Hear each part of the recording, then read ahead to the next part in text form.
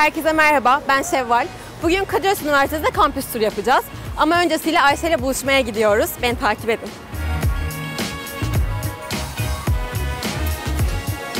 Herkese merhaba, ben Ayşe. Bugün Kadir Has Üniversitesi'nin Cibali kampüsündeyiz. A kapısında Şevval bizi bekliyor. Size bir kampüs turu yapacağız. Hemen oraya doğru gidelim.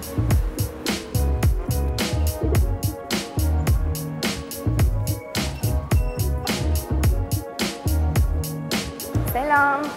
Hoş geldin Ayşe. Hoş bulduk. Nasılsın? İyiyim, sen nasılsın? Ben de iyiyim. Ben de zaten seni bekliyordum.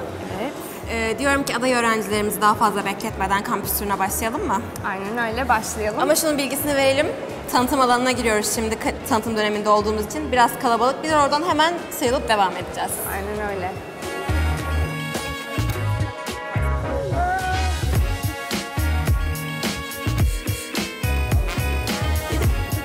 Evet, okulumuzun kantin bölgesindeyiz. Burada ders aralarında, dersi beklerken vesaire kapalı ortamda bulunmak istiyorsanız burayı tercih edebilirsiniz.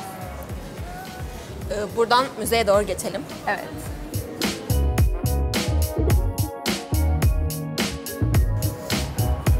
Evet, okulumuz Kadir Has Üniversitesi olmadan önce bir tütün fabrikasıydı. Burası Cibali Tütün Fabrikası'ydı. Şu anda bulunduğumuz yerde üniversite yapıldıktan sonra müzeye dönüştürülen Rezonans Müzesi.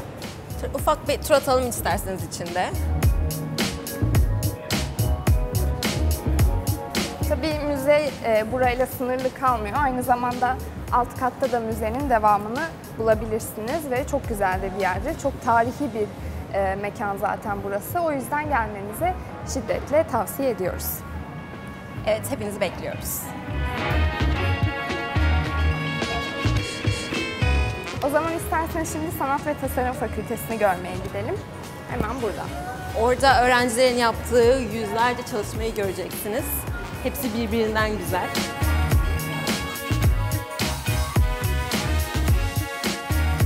Evet, mimarlık bölümü öğrencileri özellikle yaz dönemlerinde bu tarz sergiler yapıyorlar. Kendi ürettikleri eserleri burada sergileme imkanı yakalıyorlar. Aynı şekilde endüstri mühendisliği öğrencileri de tasarımlarını burada sergiliyor.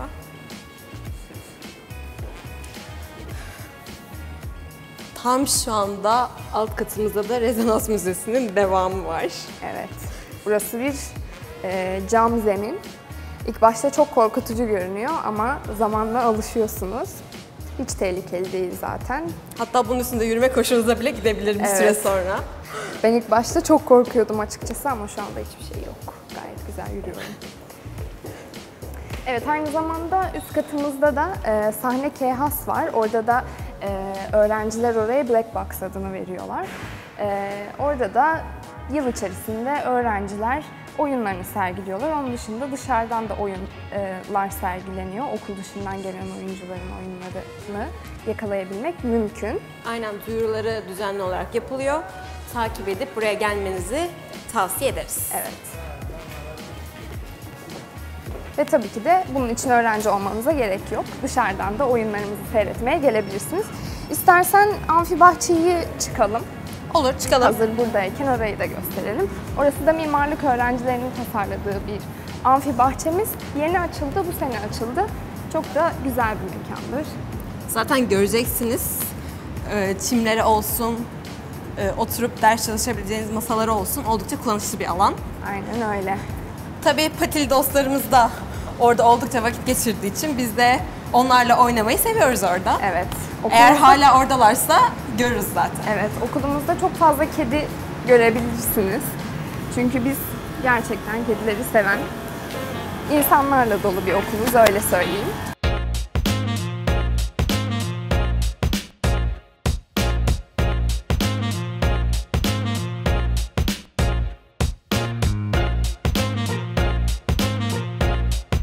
Evet, patili dostlarımızdan ayrıldık. Şimdi bahçeye doğru yürüyoruz. Evet. Şu anda yaz döneminde olduğumuz için ve inanılmaz sıcak bir hava olduğu için bomboş. Fakat normalde burada çimlere yayılan, masalarda kitaplarını okuyan, kulaklığını takmış, hayatla bağını koparan, dinlenen öğrencileri bulabilirsiniz. Evet. Oldukça keyifli bir yer. Ve burada aynı zamanda bir müzik odası ve bir dans odası var. Burayı öğrenciler de istedikleri gibi kullanabiliyorlar. Çok da güzel yerler. Devam edelim mi? Edelim. Şimdi okulun içine geri dönelim. Turumuza devam edelim. Gerçekten çok sıcak. Evet, şimdi Muzlu Bahçe'deyiz. Evet. Muzlu bahçe derken gerçekten muzlu çünkü muz ağacımız bulunuyor burada. Evet, şimdi MyLab'e geldik.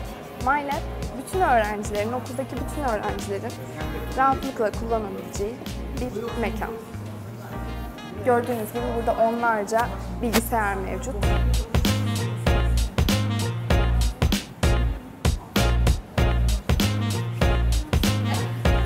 Şimdi İletişim Fakültesi'nin atölyelerinin olduğu yerdeyiz. Teker teker gezelim mi? Gezelim.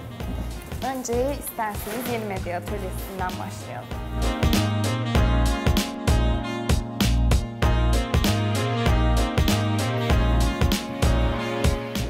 Evet, burası Yeni Medya Laboratuvarımız. Burada zaman zaman yeni medya derslerimizi işliyoruz ya da seminerler düzenleniyor. Ya da tabii ki de yeni medya öğrencilerinin ya da iletişim fakültesi öğrencilerinin zamanlarını geçirebilecekleri, burada bilgisayarları kullanabilecekleri bir alan. Hatta şu anda bulunduğumuz bu kırmızı koltukların burada çoğu zaman çekim bile yapıyoruz. Evet. Oldukça kullanışlı, elverişli bir ortam. Aynen öyle. Devam edelim.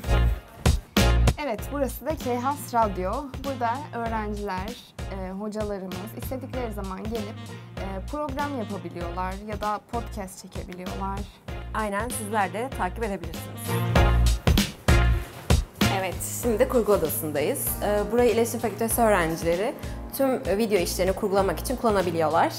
Aynen, burada gördüğünüz gibi Mac'lerimiz mevcut ve Mac'lerimizin içerisinde de bir sürü Adobe programı yüklü. Hatta şu anda öğrenci arkadaşlarımız arkada çalışıyorlar. Evet. Devam edelim. Evet, şimdi de RTS Stüdyo'dayız. Evet, burada RTS dersleri gerçekleşiyor ya da öğrenciler istedikleri zaman da buraya gelip filmlerini yapabiliyorlar, projelerini yapabiliyorlar. Herkesin kullanımına açık başka bir yer daha. Ve burada da RTS öğrencilerinin alabileceği ekipmanlar mevcut. İçeride ses ekipmanları var, kamera ekipmanları, ışık ekipmanları, tripodlar. Burada öğrenciler projeler için istedikleri ekipmanı gelip alabiliyorlar, kullanabiliyorlar. Hatta işte şöyle bir şey söyleyelim. Bunları sadece okul içinde kullanmak zorunda değilsiniz. Aynen öyle.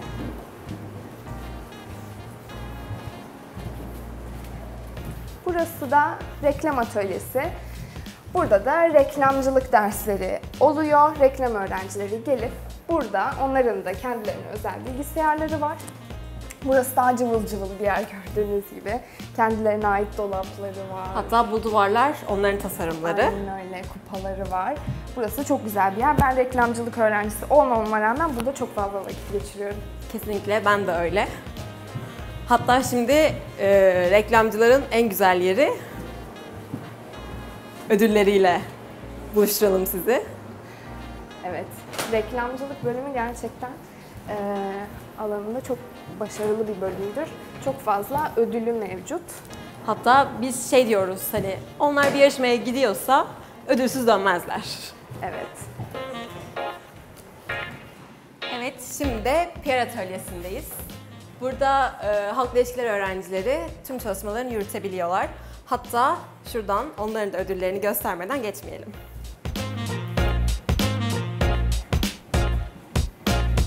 Evet, şimdi de görsel iletişim tasarım laboratuvarının önündeyiz. Hadi içeri girelim.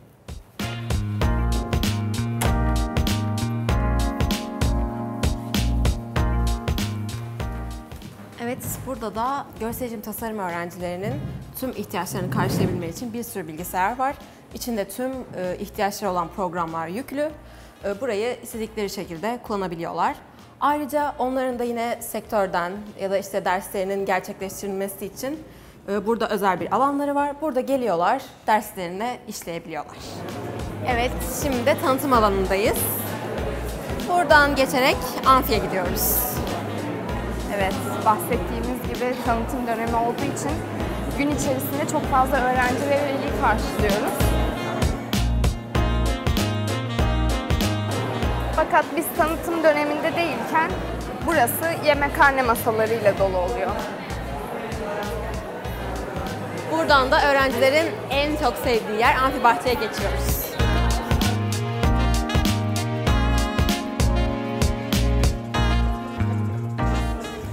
Evet, burası da amfimiz. Burada öğrenciler oturup kahvelerini içebiliyorlar, oturuyorlar güneşin altında, ders aralarını bekliyorlar. Tabii ki sadece burayla sınırlı değil. Arkaya doğru uzanan bir bahçemiz var. Taşan incir ağacının altından geçtik. Böyle koparıp yiyebiliyorsunuz. Aynen öyle. Şurada elma ağacımız var. Ama şu an benim en sevdiğim yere gidiyoruz. Ben genellikle arka bahçeyi daha çok seviyorum. Gölge oluyor, daha bir sessiz oluyor. Derslerden sonra dinlenmek için ben burayı tercih ediyorum. Buraya da Fransız bahçesi deniliyor. Evet, buradan asansörden en üst kata bilgi merkezine çıkabiliriz. Evet, burası da öğrencilerimiz tarafından tasarlanan dinlenme alanı. Hatta öğrencilerimiz yayılmış durumda. Şimdi Kacas Bilgi Merkezi'ne çıkıyoruz.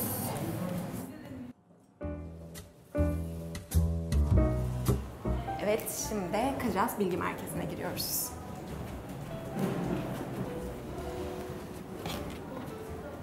Evet, burası okulda en sevdiğim bölge. Kütüphane bütün bilgi merkezi sessiz alandan oluşuyor. Fakat şu anda bulunduğumuz bölgede daha çok grup çalışmaları, grup projeleri yapılabiliyor. Burada da onun dışında DVD koleksiyonlarımız var. Arka tarafta süreli yayınlar var ve özel günlere göre çıkan kitap serileri var.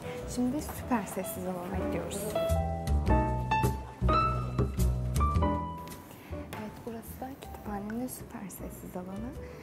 Kütüphanemizde, bilgi merkezimizde her türlü kitap bulabilmeniz mümkün. Eğer aradığınız kitap da kütüphanemizde yoksa kütüphanedekilerle, bilgi merkezindekilerle iletişime geçiyorsunuz. İstediğiniz kitabı, istediğiniz makaleyi, istediğiniz dergiyi söylüyorsunuz. Onlar getirtiyorlar, satın alıyorlar, koleksiyonlarına ekliyorlar ve böylece siz de erişimini sağlamış oluyorsunuz. Buranın en güzel avantajlarından bir tanesi yazın istediğiniz kitabı, istediğiniz dergiyi anında sipariş veriyorsunuz ve onlar sizin elinize kargoluyorlar. Evet. Bu bence hepimiz için harika bir fırsat. Aynen öyle. Tatildeyseniz bile istediğiniz kitaba sahip olabiliyorsunuz. Şöyle bir şey söyleyebilirim. Kütüphane kışın okulun en sıcak yeri ve gerçekten müthiş bir ders çalışma alanı sağlıyor size. Çünkü herkesin kişisel alanı var. Süper sessiz bir alan ve çok güzel insanlar burada bazen sabahlıyorlar. Burada rektörümüz çorba servisi yapıyor. Yani gerçekten çalışmamız için özellikle final döneminde çok güzel bir alan. Ve bilgi merkezinin bu bölümünde de mimarlık, sanat, tasarım bununla ilgili kitapları bulmanız mevcut ve aynı zamanda yine süper sessiz bir alanda öğrencilerin çalışması için masalar bulunuyor. Burası da genellikle edebiyat kitaplarıyla dolu bir alanımız. Yani gördüğünüz üzere böyle derya deniz kitaplarla dolu bir bilgi merkezimiz var.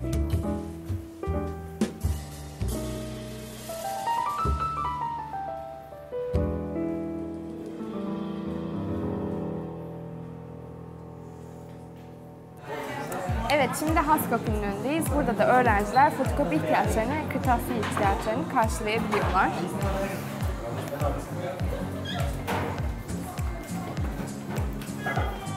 Bu da öğrencilerin sıkça vakit geçirdiği langırt alanımız. Şimdi mühendislik laboratuvarlarına doğru geçiyoruz. Burası da böyle Fransız bahçesine açılan bir koridor. Burada mühendislik laboratuvarlarını bulmak mümkün. Mesela burası mikro işlemciler laboratuvarımız. burada böyle öğrencilerin çalışabileceği ve derslerini işleyebileceği alanlar mevcut.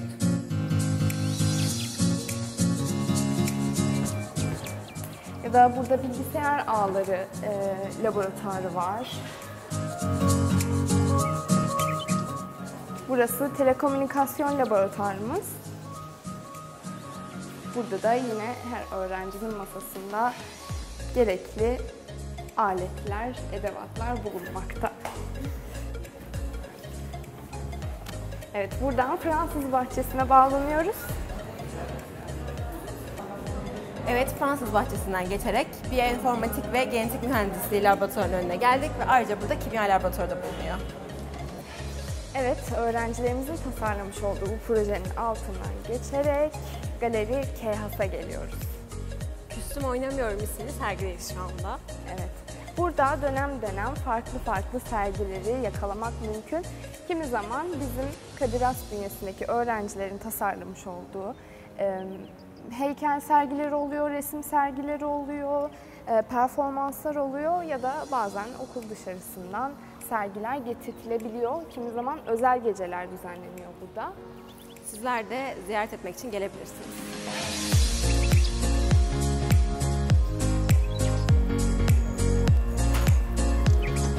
Evet, bu tarafta da spor kulüplerimizin, spor takımlarımızın çeşitli müsabakalarda kazanmış olduğu kupalardan sadece birkaçı var. Aynı zamanda o tarafta da mevcut, bu tarafta küreklerimiz mevcut. Yan tarafımda bir itfaiye aracı görüyorsunuz. Bu Cibali Sigara ve Tütün Fabrikası iken burada gerçekten kullanılmış bir itfaiye aracı.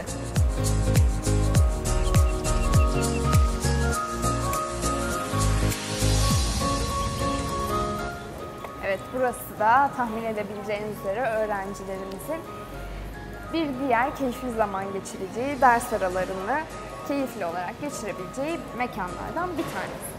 Burada küçük bir açık alanımız daha var. Orasında balkon olarak Haliç manzaralı bir şekilde kullanabiliyoruz. Şimdi B bloğa doğru yürüyoruz.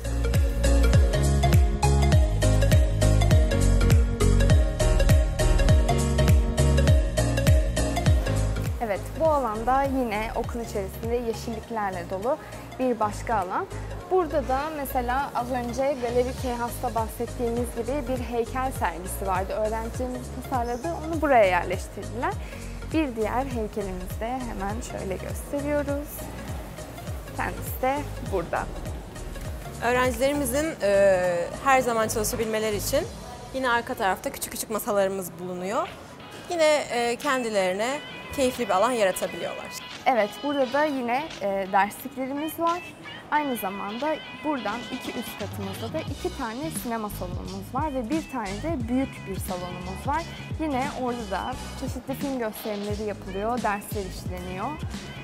Aynı zamanda arka tarafta bir açık alanımız daha var. Oraya gidelim şimdi.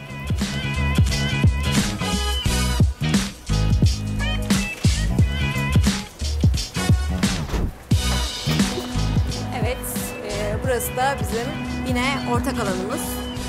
Burada yine yiyip içebiliyorsunuz. Hatta bazen biz gelip burada ders çalışmayı tercih ediyoruz. Çünkü açık havada her zaman daha keyif alıyoruz.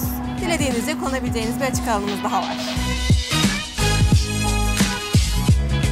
Evet, şimdi hukuk fakültesini tercih edecek adayların ilgisini çekecek bir yere giriyoruz.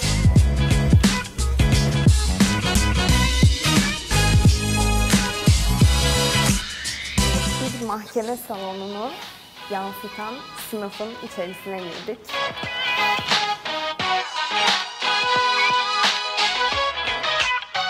Evet arkadaşlar, bildiğiniz gibi üniversitemizin kampüsü Haliç kıyısında ve bu da demek oluyor ki böyle eşsiz bir manzaranın önünde derslerimizi işleyebiliyoruz.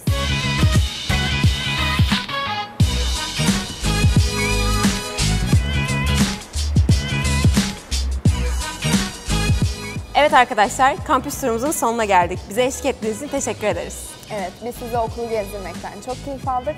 Aynı zamanda sizi okulumuzda görmekten de çok mutluluk duyacağız. Ve biz diyoruz ki İyi ki KEHAS'lıyız.